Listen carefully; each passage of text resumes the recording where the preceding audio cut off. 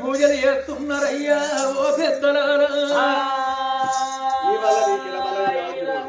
వాళ్ళ పూజ వాళ్ళ తపస్సు ఎవరి కళ్ళ చూసేరు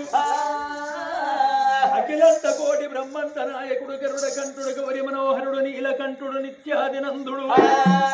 రోమ రోమాలు గల్లవాడు రోమ రోమాన రుద్రాక్షమారుల గల్లవాడు రోహిత భుజల గల్లవాడు సంగమ దేవరా మైసాక్షి మండపముల కూర్చున్న భగవంతుడు లోకాల శంకరుడు కళ్ళలు తిండు ఎవరి కంటి నీరాని ఏకా దృష్టి పెట్టిండు అని శేషాంజనము రాసే యుగలోకము జగలోకం మధ్యలోకం మాండవలోక మొదల ఇతల మహాతల మధ్యతల ఏడేడు లోకాలు ఎల్ల దూసటల్లకు లోక నగరము లోపల అదనా పూరి పట్టణాన్ని పరిపాలన చేసేవాడు ఉగ్రసేన మహారాజు భార్య నీలవతి దేవి ఇద్దరు బిడ్డలుండంగా కొడుకులు కావాలని పూజలు చేస్తున్నది ఎన్నేళ్ళు అది పూజలు చేసిన దాని కడుపు లోపల కొడుకుల సంతాన బలం అంటే లేదు మళ్ళా దాని కడుపుల బిడ్డ ఉట్టేదే ఉన్నది బిడ్డతోటే పేరచ్చేది ఉన్నది కీర్తచ్చేది ఉన్నది రానున్న కాలం లోపల బిడ్డ పేరు మీద ఒక్క చరిత్ర వెలిసేది ఉన్నది పురాణమై నిలిసేది ఉన్నది మరి నేను ఆడిరాకపోతా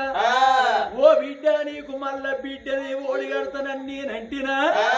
ఇదివరకే నాకు ఇద్దరు బిడ్డలు ఉన్నారు మళ్ళా నాకు బిడ్డ ఎందుకంటది ఏడు దోషిల్ల మన్ను నా వీర వత్తది కొడుకు సంతానం అని చెప్ప బిడ్డ సంతానం అని చెప్ప మళ్ళా బిడ్డనే ఓడిగట్టి వస్తానన్నాడు శంకరుండు రూపంతోటి పోతిన భార్య భర్తలు నా కాళ్ళు పట్టుకొని కైలాసమే వస్తారు ఏడి పడకుంటే ఒక్క నరమానముని అవతారం ఎత్తుకొని పోతనన్నాడు దేవుడు ఎందరి మహిమలు దొరికిన విమలవాడ రాజరాజేశ్వరుని మహిమ ఎవరికి దొరకదయ్యా ఎల్లల్ల ఊపిది గొల్లల్ల పట్టిండు ఆడుల మంత్రాలు మరి చెట్టగిరిని ఎల్లెల్ల వేదాలు కొల్లసిన మంత్రాలు గొప్పంగలదివి నేనేమా ఎలా కారణి నా పేరేమా ఎలా కారణి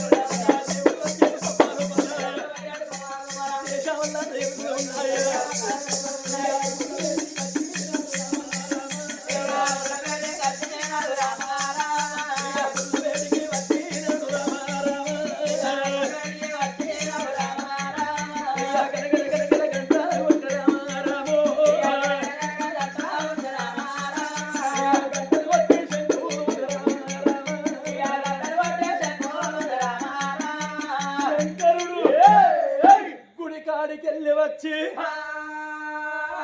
గనగన గనగన గంట కొడుతున్నాడు గడియల సంగమయ్యా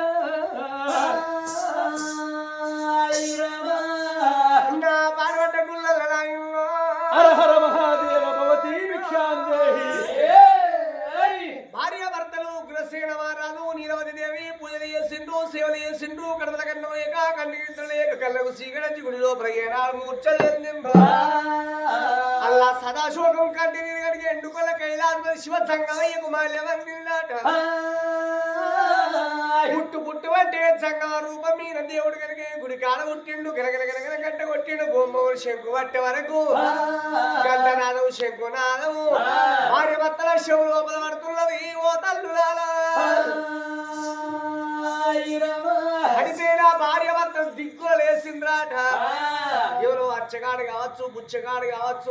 పరదేశి యోగులు జంగాలు బ్రాహ్మణులు మట్టువాళ్ళు ఉండే వచ్చినా లేకనే వచ్చినా తెలిసి వచ్చిండా తెలియకనే వచ్చిండా మా ఊరు జంగమోడా పొరుగురు జంగమోడా ఎవరైనా పర్వాలేదు ఆడపిడికి ఉంటే అవతారం తినప్పుడు అవతారా ఆడదానికి చూడు పుణ్యం కొద్దీ పురుషుడు దొరుకుతాడు దానం కొద్దీ పిల్లలైతారు అదృష్టం కొద్దీ ఆడవాళ్ళకు అన్నము దక్కుతారట ఏ జన్మలో ఏ పాపం చేస్తుండో భగవంతుడు ఇద్దరు బిడ్డలు ఇచ్చిండు నాకు ఒక్క కొడుకుని ఏ పాయనా అని నేను వరాలు పట్టుకొని ముచ్చాలు పట్టుకొని పూజలు బంధు పెట్టి వరాలు ముచ్చాలు దానం చేస్తానని వరాలు ముచ్చాలు పట్టుకొని ఆ సంగమయ్య వేడికి రాబో దేవుడు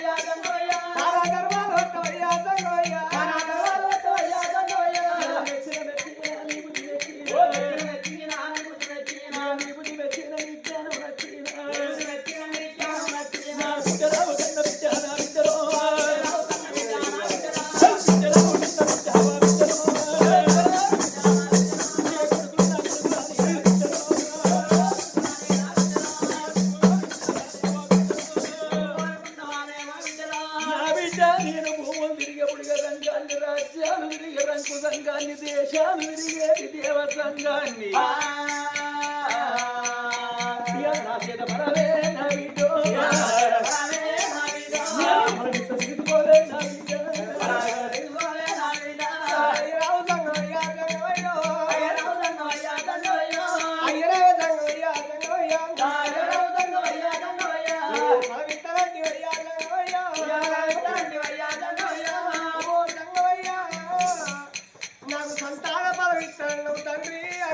సంబరపడుతుంది సంతోషపడుతుంది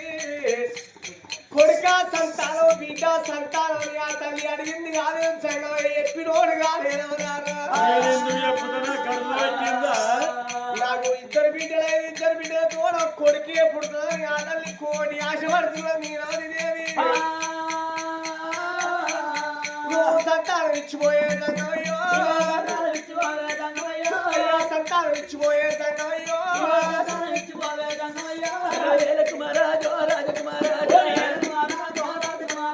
శంకరుడు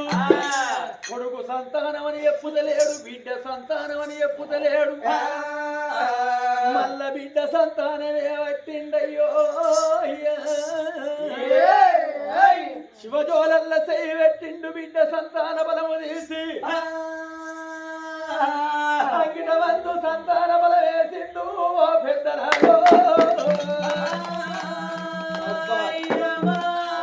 మునుపడికి ఇప్పటికి ఎదురుగట్ట మొత్తమే మారిపోయింది ఎదురుగట్టో నా సప్పట్టు కొట్టు అంటే ఎవరు కొడతారే బిడ్డో సప్పట్టు కొట్టే కాదు ఖచ్చితంగా నాశనం అయిపోయింది ఏ కథకాడి అయినా సప్పట్టు కొట్టు అన్నప్పుడు కొట్టాలి సప్పట్టు కొట్టిందంటే సర్వ రోగాలు పోతాయి ఎవరైతే సప్పట్లు కొడతారో సప్పట్లు కొట్టినోళ్ళ మీద ఉన్న రోగం అంతా కొట్టనోళ్ళ మీద పడుతుంది ఎవరి మీద ఏ రోగం ఉన్నదో తెలియదు సప్పట్లు కొట్టియకపోతే మాకు పాపం కొట్టకపోతే మీకు పాపం మళ్ళోసారి కొట్టిస్తున్నాం అందరు సప్పట్లు కొట్టుంది సరిసూతం పెట్ట దోమలు ఉంటాయి సంతాన బల వేసిండు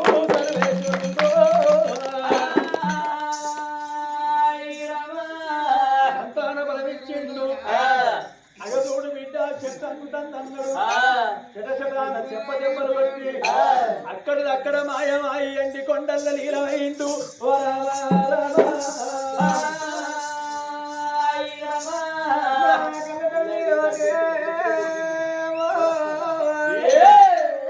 సంబరపడ్డది సంతోషపడ్డది నాకు ఇది వరకు ఇద్దరు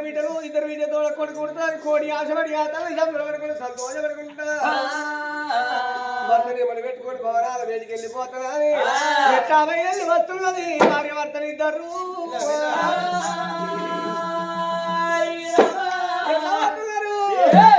వాళ్ళు బయలువెళ్ళి దేవా